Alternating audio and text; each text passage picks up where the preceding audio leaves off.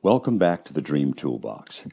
I promised you in the last session that I would talk about what you believe and why that matters.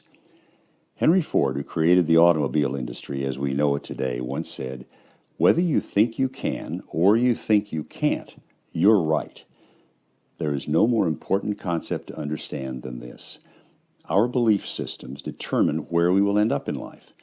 I'm not talking about religious faith, although that can be a huge help if it is strong, but rather about those fundamental things we believe about ourselves. So how do you change fundamental beliefs from I can't to I can?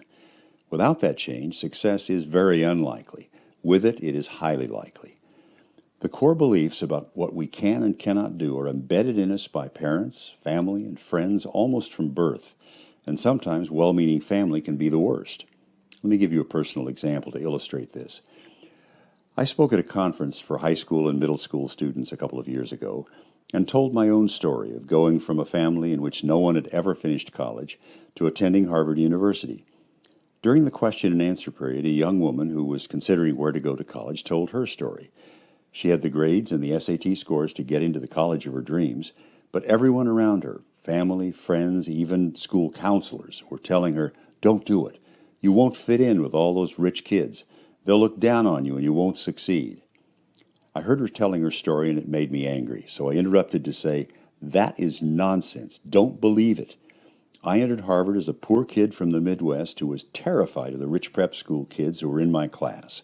Within weeks, none of it mattered because we were all in the same boat, struggling to learn the same new and exciting things.